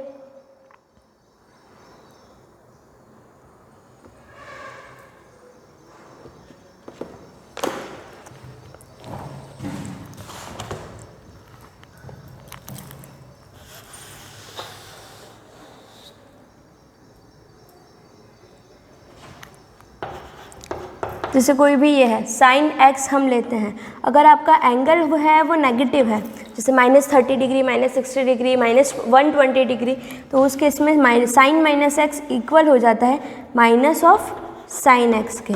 कहने का मतलब अगर आपके पास सामने लिखा हुआ है साइन ऑफ -30 डिग्री तो उसके वैल्यू में ज़्यादा डिफरेंस कुछ भी नहीं होगा। जो वैल्यू आपका साइन 30 का होता है वही रहेगा, बस वो नेगेटिव होगा। तो नेगेटिव ऑफ साइन 30 का जो भी वैल्यू होता है दैट इज़ 1/2। तो इसका आंसर जो रहेगा sine of -30 degree that is -half. इसके बाद बात करते हैं अगर होता है कॉस माइनस एक्स। अगर कॉस में हम नेगेटिव एंगल लेते हैं तो ये एक एक्सेप्शन रहता है कि इसमें नेगेटिव एंगल्स में भी पॉजिटिव वैल्यू मिलती है, मतलब कॉस माइनस एक्स इक्वल होता है ओनली कॉस एक्स के। क्यों? क्योंकि अगर यहाँ पर नेगेटिव भी बनता है तो कॉस एक्स का इस तरीके से वैल्यूज़ रहती है कि उसमें कोई फ़र्क नहीं रहता। कॉस एक्स की नॉर्मल जो वैल्यूज़ आ रही है वही की वही ये भी रहती है। तो cos minus x is equal to cos x, ये प्लस का ही रहता है, बस उसके अलावा सारे जो रहते हैं वो negative. tan minus x is equal to tan x। अब इसी के अकॉर्डिंग दूसरे चेंजेस, सॉरी -tan x होगा, इनके रेसिप्रोकल्स भी इन्हीं रूल्स को फॉलो करते हैं। साइन के रूल को कॉसेक फॉलो करेगा, कॉस के रूल को सेक फॉलो करेगा, tan के रूल को कॉट फॉलो करेगा। आफ्टर दिस अगर जो चीज़ें हमने चार्ट में पढ़ी थी, क्या पढ़ा था उसमें, जैसे जब भी हम ऐसा लिखते हैं साइन पाई माइनस एक्स, यानी कि साइन 180 माइनस थीटा जो मैंने आपको बताया था that is equal to always sine theta. अब देखो यहाँ पर, अब ये साइन थीटा थीटा नहीं है, यहाँ पर एक्स है, तो जब भी साइन पाई माइनस एक्स कहा जाता है 180 में से एक्स माइनस, यानी कि कौन सा क्वाड्रेंट बन रहा है पहले चेक करो, पाई माइनस एक्स। ये तो पाई होता है आपका, ये 2 पाई होता है, ये होता है पाई/2, पाई/2 और ये 3 पाई/2। ठीक है, विच इज़ 270 डिग्री। ये हो गया पाई माइनस एक्स। तो ये कौन सा बन रहा है, second quadrant, pi minus theta वाला केस सेकेंड क्वाड्रेंट में, और माइनस थीटा वाला ही चल रहा है। तो हमारा जो फर्स्ट रूल रहता है ऐड शुगर टू कॉफ़ी वही फॉलो करेंगे। तो इसमें पॉजिटिव कौन होता है, साइन, और उसका रेसिप्रोकल यहाँ पे क्या है, साइन, तो इसलिए साइन एक्स। इसी तरीके से अगर कहा जाए कॉस पाई माइनस एक्स, तो उसके अकॉर्डिंग क्या बनता है यहाँ पर, कॉस पाई माइनस एक्स। तो पाई माइनस एक्स कौन से क्वाड्रेंट में आ रहा है, ये एंगल सेकेंड क्वाड्रेंट में, और सेकेंड क्वाड्रेंट में कौन पॉजिटिव होता है, साइन और कॉसेक, और इसके अलावा बाकी सारे नेगेटिव। तो ये कॉस जो है वो सेकेंड क्वाड्रेंट में नेगेटिव रहता है, इसलिए ये हो गया माइनस कॉस एक्स। इसके अलावा क्या बचा, जैसे टेन पाई माइनस एक्स कहेंगे तो वो भी साइन के अलावा जितना भी है वो सारा सेकेंड क्वाड्रेंट पे हमको नेगेटिव ही मिलेगा, माइनस 10 एक्स। तो ये तो बात होगी पाई की। 2 पाई भी हम क्वाड्रेंट चेक कर लेंगे, हमको पता चल जाएगा 2 पाई माइनस एक्स वाला case, this is 2 pi minus x. तो यहाँ पर कॉज और सेक पॉजिटिव रहेंगे, इसके अलावा जितने भी ट्रिग्नोमेट्रिक फंक्शंस हैं वो सारे नेगेटिव रहेंगे। तो आप उसको लिख सकते हो 2 pi minus x. One more thing, इसके अलावा क्या रहता है कि ये जो चीज़ होती है आपकी पाई बाय 2 एंड 3 पाई बाय 2, ये जो लाइन है इसके अलॉन्ग जितने भी एंगल्स हम लिखेंगे, जैसे whether it is pi by 2 plus theta, pi by 2 plus theta is this, pi by 2 minus theta, in form of अगर पाई बाय 2 हम उस एंगल को रिप्रेजेंट कर रहे हैं, या फिर in form of 3 pi by 2 उसको रिप्रेजेंट कर रहे हैं, तो उस केस में आपका जो अगर साइन है, फॉर एग्जांपल आपके सामने लिखा हुआ है sign pi by 2 minus theta, ठीक है। तो ये क्या है 90 minus theta which is first quadrant. तो अगर देखा जाए तो इसके अकॉर्डिंग तो क्या था 180 माइनस 1, तो हमने साइन एक्स डायरेक्टली उसको लिख लिया। अब यहाँ पर अगर जैसे ही हम इसको लिखने जाएंगे तो डायरेक्टली ये नहीं लिख सकते, जब भी 90 माइनस थीटा दिखे या फिर 270 माइनस थीटा, इनके रेफरेंस में जहाँ भी आपको ये एंगल नज़र आ जाता है तब क्या होता है, दैट नंबर जो भी वो रेशियो है, फंक्शन है, दैट इज़ इक्वल टू, उस कंडीशन में साइन जो है वो कॉज में कन्वर्ट हो जाता है, कॉज जो है वो साइन में कन्वर्ट हो जाता है। और अगर इन केस क्या है 10 है तो 10 है वो कॉट में कन्वर्ट हो जाएगा, कॉट 10 में, सेक कॉजेक में कन्वर्ट हो जाएगा और कॉजेक सेक में। तो sign pi by 2 minus theta which is cos theta, और फर्स्ट क्वाड्रेंट है सिंस, तो उसमें कॉज पॉजिटिव रहेगा क्योंकि ऑल पॉजिटिव रहते हैं।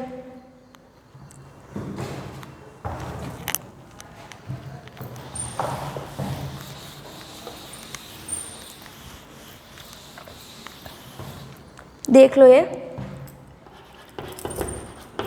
Sign pi by 2 minus theta that is equal to cos theta. आप चाहो तो एक्स भी ले सकते हो, वहाँ कोई इशू वाली बात नहीं है। जैसे फर्स्टली आपने एक्स कंसीडर करके मैंने आपको बताया था, ठीक है। आप चाहो तो इसको एक्स ले लो, एक्स लो, थीटा लो, एक ही बात है, जो भी आपको समझ आता है आप वो ले सकते हैं। ये मैंने एक्स ले लिया। Sine pi by 2 minus x that is equal to cos x. Sine जो है कॉस में कन्वर्ट हो गया, सिंस फर्स्ट क्वाड्रेंट है उसमें सारे पॉजिटिव रहते हैं। साइन के बाद बारी आती है, इफ़ यहाँ पर कॉस लिखा है तो से फिर again same condition pi by 2 minus x that is equal to sine में कन्वर्ट हो जाएगा। फर्स्ट क्वाड्रेंट में सारे पॉजिटिव रहते तो वहाँ कोई इशू नहीं रहेगा। अगेन 10 है तो वो कॉट में कन्वर्ट हो जाएगा।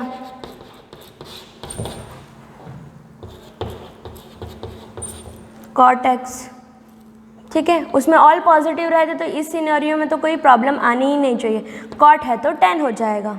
Similarly cot pi by 2 minus x that is equal to 10 x. ये तो बात होगी फर्स्ट क्वाड्रेंट की। ज़्यादा से ज़्यादा एक और चीज़ ले सकते हो, सेक जैसे लिया है तो वो कॉजेक में कन्वर्ट हो जाएगा।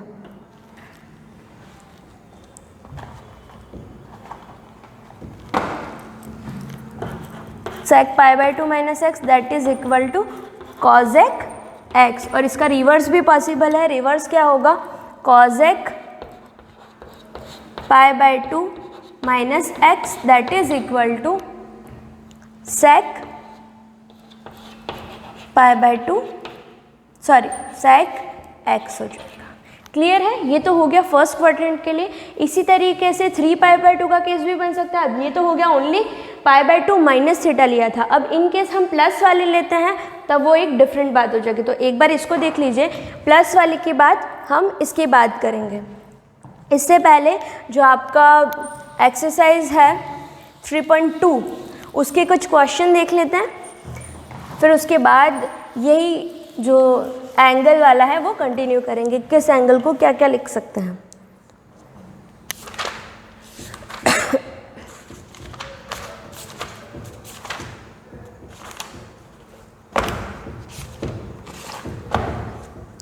एक्सरसाइज 3.2, ठीक है। सारे क्वेश्चन सिमिलर है, बस आपको एक समझ में आना चाहिए, बाकी सारा हो जाएगा। क्वेश्चन नंबर फर्स्ट जैसे cos x is equal to -1/2, जहाँ पर x जो है वो क्या है, तृतीय चतुर्थांश में स्थित है।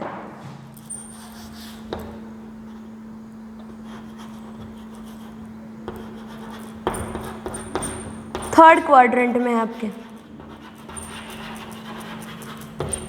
ठीक है। x जो है वो कहाँ एग्जिस्ट कर रहा है, थर्ड क्वाड्रेंट में या फिर तृतीय चतुर्थांश में।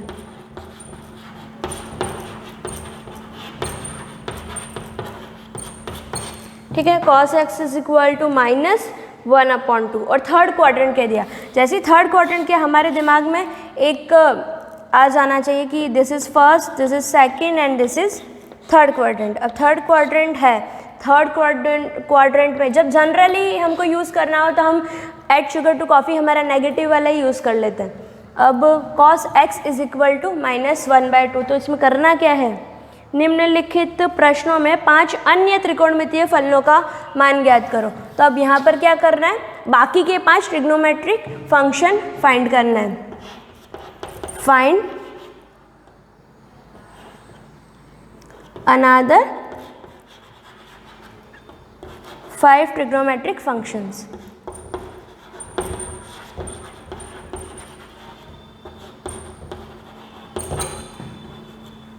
फंक्शन, ठीक है, 5 अलग अलग ट्रिग्नोमेट्रिक फंक्शंस हमको निकालने। ठीक है, cos x निकाल दिया, पर सारा मेजरमेंट थर्ड क्वाड्रेंट में हो रहा है। ये चीज़ पहले क्लियर है कि आपका जो एंगल है वो थर्ड क्वाड्रेंट में एग्जिस्ट कर रहा है। तो आप कौन सा ले रहे हो, आपके ऊपर है, 0 और पाई। दिस इज़ 90 या फिर π/2 भी कह सकते हो, एंड दिस इज़ 180। तो आप चाहो तो मैं यहाँ पर माइनस वाले एंगल्स ले रही हूँ, 180 माइनस थीटा। ठीक है, this is our third quadrant. तो अब बाकी के ट्रिग्नोमेट्रिक रेशियोज से तो फर्स्टली ले लेते हैं साइन। ठीक है, sine x is equal to क्या होता है, रूट ऑफ, नहीं पता चलता तो साइन और कॉस में रिलेशन पता है, sine square x plus cos square x that is equal to 1। तो यहाँ से आपके पास आ जाएगा sine x equal to root of 1 minus cos square x. कैसे आया, कॉस स्क्वायर एक्स को उधर ट्रांसफर किया, माइनस का कॉस स्क्वायर एक्स, यहाँ साइन स्क्वायर एक्स है, स्क्वायर हटा तो इस पर स्क्वायर रूट आ जाएगा। नाउ हमको साइन एक्स का वैल्यू चाहिए, साइन एक्स को यहाँ पर रखा। Now root of 1 minus cos square x, cos x का वैल्यू क्या है, -1/2 का स्क्वायर, यही चीज़ है। Now this is equal to root of 1 minus 1/4। Since ये नेगेटिव है, नेगेटिव का स्क्वायर पॉजिटिव रहेगा, पॉजिटिव प्लस और यहाँ पर माइनस, प्लस माइनस माइनस।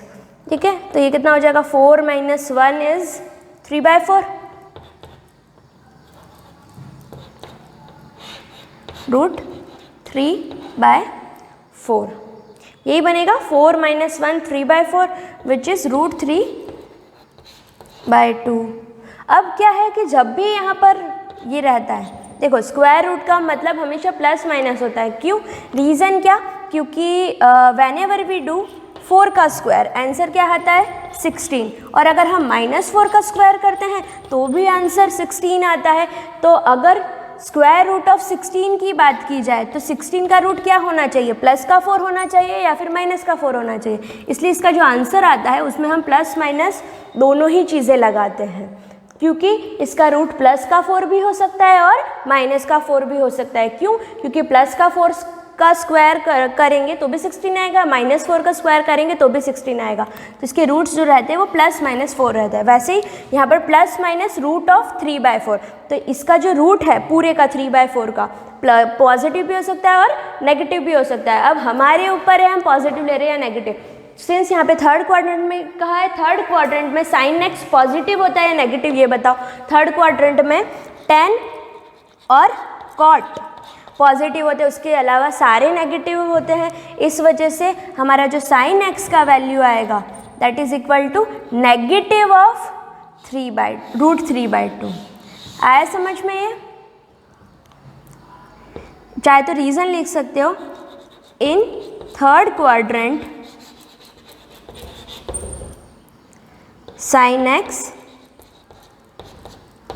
जो रहता है वो नेगेटिव रहता है। क्लियर है? इसी तरीके से आपको फाइंड करना है tan, cot, sec, cosec, ये सारी चीज़ें, ठीक है। फॉर्मूला अप्लाई करना है, फाइंड करना है, बट थर्ड क्वाड्रेंट का ध्यान रखना है। थर्ड क्वाड्रेंट में सिर्फ tan और cot का वैल्यू ही आपका पॉजिटिव आना चाहिए, बाकी के जितने भी क्वाड्रेंट्स हैं, बाकी के जितने भी फंक्शंस हैं, उन सबकी वैल्यू नेगेटिव आनी चाहिए। इसी तरीके से आगे के क्वेश्चन है वो आपको ट्राई करने हैं। अगर इनमें कुछ प्रॉब्लम आती है तो you can ask me. At least question number 3 तक तो आपको कर ही लेना है। उसके बाद जो है उसमें एंगल्स दे रखे हैं और आपको फंक्शंस की वैल्यू लेकर के आनी है। आज इतना ही, बाकी नेक्स्ट क्लास में कंटिन्यू करेंगे। Thank you.